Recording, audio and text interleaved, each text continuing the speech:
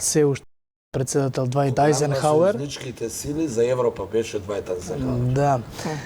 Сега на истото место во Портсмут во Британија се среќава Доналд Трамп, меѓутоа и некои од најголемите лидери во светот, меѓу кои ако ништо друго европскиве, Макрон, Меркел. Токму државите кои учествуваа во нападот во инвазијата врз Нормандија, над 150.000 војници, до тогаш можеби најголема инвазија во историјата на светот, најголема војна инвазија, нели, предводени од Соединетите Американски држави, но и Франција и Велика Британија, и се разбира тогашните држави од Британската империја, како што беа Канада, Нов Зеланд, Австралија. Но нападот врз Нормандија, освен што го направи клучниот удар, односно го отвори Западниот фронт во Втората светска војна и му го направи клучниот удар на тогашниот нацистички режим предводен од Адолф Хитлер, се смета како почеток на влезот на американската воена и политичка доминација врз Европа. Ќе потсетам дека до 1940 година неприкосновена империја во светот беше Британската империја, која со на некој начин влезот на американските трупи, тие влегоа 1944 година на европско тло и никогаш до ден денеска не го напуштија европското тло. Ке потсетам дека над најмалку 70.000 војници американски има само во Германија, кои се, нели, како дел од НАТО, но сепак и превентивно на Германија да не и текне повторно да помисли да ја направи Третата светска војна. Намерно те оставив така долго како една увертира. Дејан Андоновиќ е со нас, ги анализираме случувањата во Европа и светот секако, меѓутоа со пред да почнеме со оваа тема малку подетално со денот Д и пораките од тој политички условно кажано собир, да го погледнеме прилогот подготвен од Дескот и се враќаме во студиото. Светските лидери присуствуваат на одбележувањето на 75 годишнината од најголемата поморска инвазија во историјата, така наречениот Ден Д. Во придружба на британската кралица Елизабета II и премиерката Тереза Меј е американскиот председател Доналд Трамп, кој на последниот ден од неговата посета во Обединетото кралство ќе им оддаде почит на американските и сојузничките војници, кои помогнаа да се спаси Европа од нацистичка Германија. Сите земји се согласија да објават заедничко соопштение во кое ветуваат дека нема да се повторат незамисливите ужаси од Втората светска војна. Во така наречениот проглас на денот Д, 16-те потписнички се залагаат да работат заедно за мирно решавање на меѓународните тензии. Во раните утрински часови на 6 јуни 1944 година, повеќе од 150.000 сојузнички војници го напуштиле Портсмут и неговите околни области и започнале воздушни, поморски и копнени напади врз Нормандија, што на крајот доведе до ослободување на Западна Европа од нацистичкиот режим. Дејан, видовме една кратка, добро скоцкана приказна за тоа што се случува денеска во Британија, во Портсмут. И оние кои што не знаат, веројатно многу брзо сватија што е денот Д, што е таа инвазија на Нормандија, меѓутоа историјата на историјата, она што овде овие политички лидери од името од типот на Трамп, од Тереза Меј, Трудо, Макрон, Меркел, што е она што како политички одлуки би можело да ги донесат при еден ваков избор? Ова е традиционално одбележување на денот Д. Таму доаѓаат, повторно ќе кажем, лидерите на земјите од денеска познати како западните сили.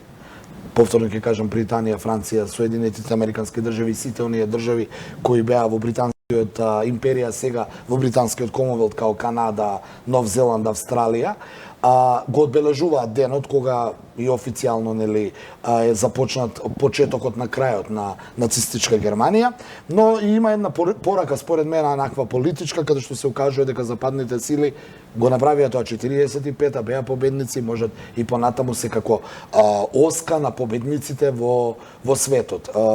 Ке потсетам дека 3 од вкупно 5 држави членки во Советот за безбедност се токму од овие редови, а тоа е Соединетите Американски држави, Велика Британија и Франција, трите овие сили кои се скрца 1944 година се нуклеарни сили, имаат огромна политичка моќ, не мораме да зборуваме и покрај проблемите со кои се соочува сега Велика Британија со Брекзитот, Франција со Европа и жолтите елеци, па дури и Соединетите Американски држави со Трамп. Тешните проблеми. Да, но генерално тие се уште се обидуваат да бидат сојузници, познати се као сојузничките сили, но оно што е интересно е што Доналд Трамп го искористи ова да пристигне во Европа.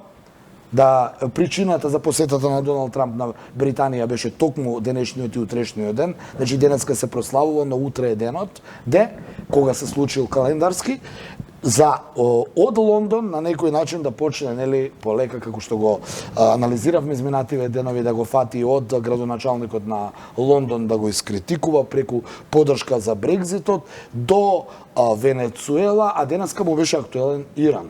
Во тој однос, Андоновиќ, јас сакав така да влезам во прашањево, не ја пропушти приликата Трамп во негов стил, секако да се осврне на Иран и ги нарече иранците терористичка нација број 1 и некако уште повеќе може би ја покажа во јавноста, во светската јавност, позиција дека не во догледно време има големи надежи дека би се поправиле односите помеѓу САД и Иран. Тој денеска му дојде на ред Иран, повторно ќе кажам, вчера му беше на ред Венецуела, а првиот ден кога дојде во Велика Британија му беше Брекзитот и Европа. Денеска порача 3 у 1, би рекол, контрадикторни информации. Подготвен сум да преговарам со Иран. Иран е терористичка нација и не исклучувам опцијата за воена интервенција. 3 у 1, све контрадикторно. Сега како да го... Ајде дел по дел. Ја не знам, кога би бил политичар во Техеран, не би знал, не би ја сватил можеби пораката, но пораката е јасна дека сите опции се на маса и дека Иран може да се соочи со воена интервенција, може да се соочи со танталови маки, да почнат преговори, долги преговори, па на крај повторно да заврши воена интервенција. Дека се подготвени за тие. Тие се подготвени, јас ќе повторам, Иран ми се чини дека е на нишанот на Соединетите Американски држави поради нуклеарно оружје, но јасно е дека Иран нема нуклеарно оружје, Иран има само складирано нуклеарен воен отпад, од кој евентуално, доколку дојде до некаква желба на Техеран, може да произведе нуклеарно оружје. За разлика од други држави кои во светот имаат нуклеарно оружје, па не се соочуваат со толкави закани, како што е Северна Кореја, како што е Пакистан, како што е Индија, а сето тоа, бидејќи политиката е благонаклона кон нив. Значи, денеска Трамп го искористи можноста на медиумите да им порача на иранците дека сите опции се на маса и да не се опуштаат многу, бидејќи тој секој ден го шара светот, или е Венецуела, или е Европа, или е Сирија, или е Африка. Денеска им дојде ред у закана кон иранците, ќе видиме што ќе биде понатамо, но оно што може би знаеме дека Иран има огромна поддршка од Русија и од Кина, пред се од Русија, тоа како некако да се манифестира на другите делови и другите точки каде што двете суперсили имаат доперни точки. Денеска нели излезе информација за доближување на руски борбен авион Сухој до американски разузнавачки авион над Средоземното море. Тоа е во близина на Иран, но тоа е во близина и на Сирија, каде што на некој начин се чини дека режијата може да го пушти. Имаме видео од инсерти, имаме од тоа, како борбен авион од типот Сухој на руското воено воздухопловство пресретнал американски разузнавачки авион, кои они имаат меѓу нив договорено до кои параметри може да летаат. Наводно американците упатија протестна нота со критика дека русите ги пресретнале и неовластено им се приближиле и можеле да ги нападнат. И можело да дојде до голем вооружен инцидент. Од друга страна, Москва реагираше дека разузнавачкиот авион се доближил премногу блиску до руската поморска база во Сирија Тартус. Па оттаму и Сухојто морал да реагира на 3 пати да го надлетува. За потоа американците да излезе со соопштение дека разузнавачкиот авион немал намера да се доближи блиску, но поради некои воздушни турбуленции, сега не сме ние многу образувани, нели, околу авионите, улетал во тие недозволени граници, потаму русите реагирале, но не смеле да реагираат, бидејќи се играат со... Андоновиќ, ова делува, да речеме, де факто, и повторно некако се сведува на ситуации игри без граници. Мерење на воена моќ, но ние многу пати тоа сме го зборувале. Да, бидејќи имало де факто и пред неколку месеци имаше вакви слични. Има често и се почесто очигледно ќе има, бидејќи сега со развојот на медиумите има некои работи кои не може да се сокријат. Доволно е некој со мобилен телефон тоа да го сними и да го пласира во јавноста. Но факт е дека големите сили сега си ги мерат на некој начин, си ја мерат моќта, кој е помоќен, и тоа е една игра, но во секој случај е многу опасно ако се земе во предвид дека се работи за оружје. Може некој да загуби нерви, па да се случи како оној инцидент 2016 година кога турците урнаа руски борбен авион, па до ден денеска не може да се извинат на Москва. Да.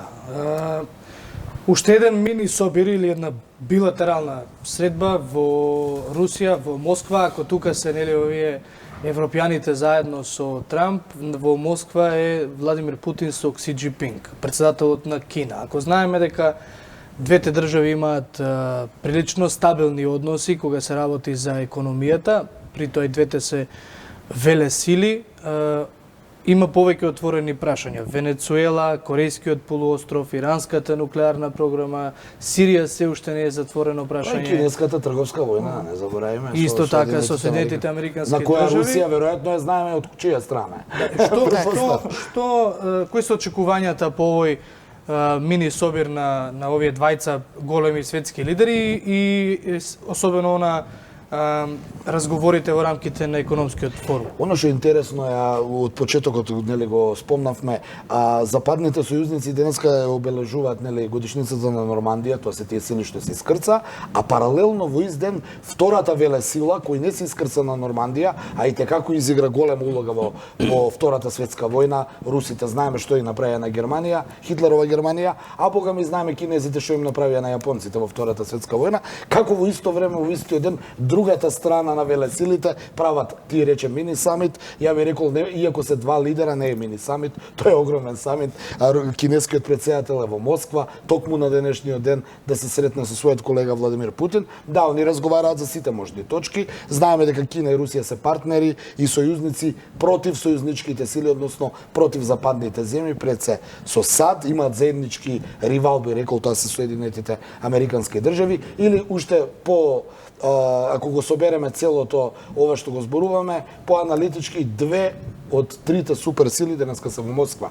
Тие разговараат пред се за политички и економски теми. Знаеме дека Кина и Русија гледаат како да го спасат Мадуро во Венецуела, бидејќи тој е нивен, и како да прв пат во поновата историја ги оневозможат Соединетите Американски држави она што го намериле да го направат. Познати се нели САД дека ако се намерачат некој режим да урнат во светот, никој до сега не ги спречуваше. Сега они прв пат пробаваат тоа да го направат со Венецуела, но и со Иран, бидејќи познато е дека Русија има огромна политичка и воена соработка со Венецуела и со Иран, а познато е дека Кина има огромни вложувања во и огромни кредити имаат Венецуела и Иран од Кина, така да на Кина не ја одговара промена на тоа раководство во Техеран и во Каракас, бидејќи ако дојде Гуидо место Мадуро, никад нема да ги врати. Сојузниците би биле други, да. Не само тоа, него и Гуидо никад нема да ги врати 60 милиарди долари кредити на Кина, бидејќи промена на власт. Мадуро е задужен, убите го него. Така да тие се многу заинтересирани, но и заинтересирани се за политичката и воената доминација. Особено што една од последните информации е дека додека е Си Џинпинг таму, Кина најави дека ќе се спротистави во таа трговска војна со Соединетите Американски држави. Колку би имало влијание, да речеме, оваа средба сега на Путин и кинезот во однос на засилување, може би ли зацврстување на таа позиција во трговската војна, ако се земе како што спомена и ти во обзир фактот дека кинезите најавија дека до крај ќе одат. Тие ќе одат до крај војна со САД. Мене ми се чини, барем така е во политиката, тие веќе одамно имаат сојузништво и тоа големо сојузништво, не мораат помпезно да се сретнат денешното според мене, тоа е мое лично мислење, посетата на Си Џинпинг е првин да им возврати на онаа посета на искрцувањето на Нормандија. Значи вие 3 сојузници, ние 20 сојузници, сме и понатаму нели 2 блока. И второ, ми се чини дека сака да демонстрираат пред се на САД дека Москва и Пекинг ќе се спротивстават на Вашингтон во сите унилатерално донесени одлуки. Она што е последно е дека Кина веќе почнала неколку компании американски да ги става под знак прашање дали може да соработуваат со Кина. На удар е FedEx, познатата FedEx, која според кинезите, според последната информација на кинеското министерство за надворешни работи, најверојатно ќе загуби лиценцата за работа, бидејќи во нивната држава. Да, во нивната држава, бидејќи ги има оштетено кинеските клиенти. Така звучи таа реченица, но тоа е само уште една порака дека кинезите не само што не се исплашија од мерките на Доналд Трамп околу Huawei и останатите фирми, туку напротив планираат да му возвратат, што ќе направи тензијата во светот дополнително тешка, бидејќи повторно ќе кажам, ако русите и американците имаат политичка борба, па и воена борба,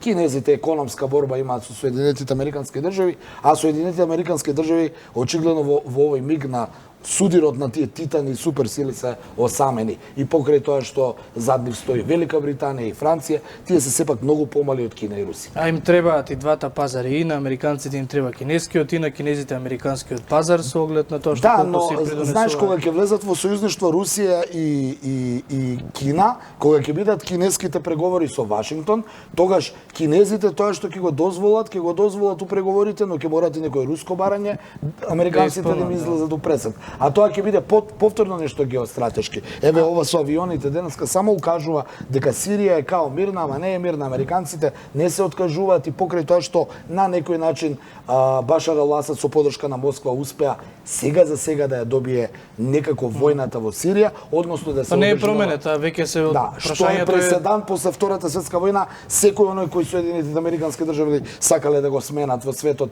повеќе или помалку успеале во тоа. И да не заборавиме дека Обединетите нации во своите извештаи кажаа дека самиот Асад има употребено хемиски гасови за врз своето население. Добро, меѓутоа јас ќе повторам, Обединетите нации имаат декларација, не може да донесуваат резолуции, резолуција носи Советот за безбедност, а во Советот за безбедност мораат 5 постојани земји членки да бидат согласни, 2 од нив се Москва и Пекинг, односно Русија и Кина, така да една да стави вето, резолуцијата па ја уводи. Андоновиќ, ако рековме дека на Трамп никако секојдневно му се менуваат на тапет во изјави и испраќања. Јас мислам 2 пати у денот.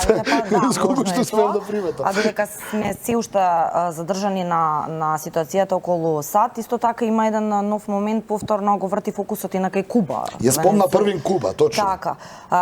Главно исто така во однос на забраната на тие крстарења што кон Куба, нели, што беа воведени за време на мандатот на Обама. И сега ова е порака каква, да речеме? Па има неколку пораки. Првата порака е дека Куба не може, мораме прво да направиме едно ретро кратко, дека тие крстарења беа воведени како гест на добра волја од страна на тогашната администрација на Барак Обама, кој по починувањето на Фидел Кастро и промената на некој начин на власта во Хавана и покрај тоа што остана истите, првим беше брат му, па сега има друг председател на Куба. Сепак тоа е таа иста политика, комунистичка Куба. Сепак Барак Обама направи една миротворна, ми се чини, политика, ги намали малку санкциите кон Куба, дури имаше и средба, што беше прва по кризата во 1960 година, а каде што беа вратени тие крстарења околу Куба, ќе потсетам пред доаѓањето на Фидел Кастро, Куба беше една огромна американска коцкарница и острово за забава пред да победи кубанската револуција. Во Куба се живееше еден плейбојски и монденски живот. Кога дојде кога дојдоа комунистичките власти со Фидел Кастро, сето тоа го протера, Куба остана во изолација поради тоа, до пред некоја година, кога Барак Обама направи мали олеснувања со најава дека следната американска администрација само ќе ги унапреди односите. Еве администрацијата, таа сега за сега ги заострува санкциите, но една од причините, пораката е првин дека претходната власт не знаела што прави во Вашингтон, предпоставувам, тоа е на Трамп идејата. Второто е дека Куба сака да ја дисциплинираат, бидејќи Куба е вмешана во поддршката на Венецуела во спротивставувањето со западниот свет. Познато е дека Куба... Мислиш дека ова може да има големо влијание позадинско во Па има, бидејќи врз Куба секако, да. Куба е најголемиот Не, мислам сојузник. во однос на пораката што може би индиректно кон Венецуела се Ова е исклучиво кон Венецуела, но и повторно ќе кажам кон Куба, бидејќи кубанците беа под големи санкции, се и понатаму, да кажеме, сиромашна држава, зборувам финансиски, економски, но сигурно дека овие олеснување на овој туризам мал, сигурно дека им дава надеж на кубанците дека ќе бидат и они дел од светот, каков што ние го познаваме. Меѓутоа сега ова закана е своевидна порака и кон опозицијата во Куба да го подигне гласот против актуелниот режим комунистички, бидејќи американците никад нема да првим да заборават дека беа протерани од Куба на некој начин политички, но и мораме да знаеме дека би сакале Соединетите Американски држави геостратешки Куба да биде повторно нивна. Тоа е еден огромен карипски остров кој може да биде буквално природен носач на авиони за цела Латинска Америка. Нема да имаат потреба да молат Колумбија, Бразил за евентуални интервенции. Ја имаат Куба и од тука можат све да прават. Ајде сето ова како изгледа скоцкано во прилог. Слушаме во продолжение и се враќаме во студиото за една завршна поента. Администрацијата на американскиот председател Доналд Трамп ги забрани крстарењата и образовните патувања на американските граѓани на Куба. Крстарењата од САД до Куба почнаа во мај 2016-та, за време на мандатот на Барак Обама, кој се обидуваше да ги обнови односите меѓу двете земји, и од тогаш над 140 американци го посетија островот. Советникот за национална безбедност Џон Болтон уште во ноември најави санкции за Хавана, додека забраната за крстарење ја оцени како укинување на изворот на приходи за кубанската влада. Еве од прилогот видовме дека администрацијата на Трамп, но обично кога се воведуваат санкции кон некоја држава од оваков тип, веројатно тоа е почеток, ќе видиме како ќе се развива состојбата, бидејќи и покрај тоа што се дефокусира светскиот фокус на Соединетите Американски држави, на големите светски сили, те Иран, те Либија, те Средоземно море и Сирија, па малку Косово, нели беше, па малку беше, не знам кои се држави, се гледа дека на 2-3 дена се враќаат, не забораваат Соединетите Американски држави. Но таа е постојана политика. Ние може со начелото на Трамп да не ја проследуваме, меѓутоа работат луѓе во може би тоа што заборавив да кажам, сепак на враќање на таа Монрова доктрина, познатата Монрова доктрина која вели Америка на американците, Латинска Америка и Средна Америка, Соединетите Американски држави со нивниот унилатерализам ја сметаат како свој двор и не дозволуваат ничие друго мешање од надвор, значи ни руско, ни кинеско.